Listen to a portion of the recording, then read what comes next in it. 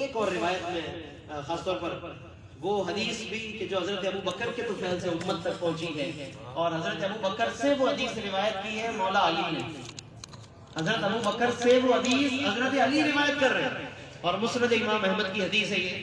حضرت علی رضی اللہ تعالیٰ عنہ فرماتے ہیں کہ حضرت ابو بکر بیان فرماتے ہیں، حضرت ابو بکر رضی اللہ تعالیٰ عنہ بیان کرتے ہیں کہ رسول اللہ صلی اللہ علیہ وسلم نے فرمایا، کیا فرمایا کہ ما من مسلم یذنب ذنبا، کہ کسی بھی مسلمان سے کوئی گناہ ہو جائے، کوئی گناہ ہو جائے تو گناہ کا کفارہ کیا ہے، گناہ سے پاک ہونے کا طریقہ کیا ہے.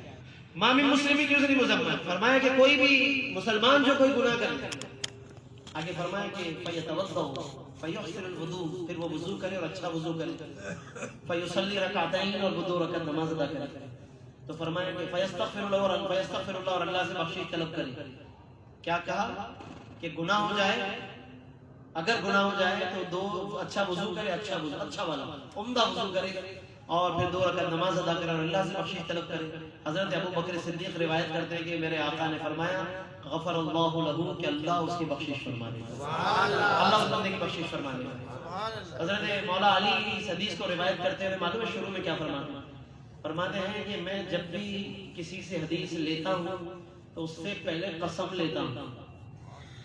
میں جب بھی کسی سے حدیث لیتا ہوں کہ جی میں نے حضور سے سنا، تو میں جب کوئی یہ کہے کہ میں نے حضور سے سنا تو حضرت علی کہتے ہیں میں اس سے قسم لیتا ہوں سوائے ابو بکر کے. یہ مقام ابو بکر دیکھو بزبان علی ہے. حضرت علی کہتے ہیں کہ میں جس سے بھی حدیث لیتا ہوں میں قسم لیتا ہوں سوائے ابو بکر کے، ان سے قسم نہیں لیتا ہوں. یہ کیا اعتماد ہے حضرت مولا علی کا حضرت صدیق اکبر پر.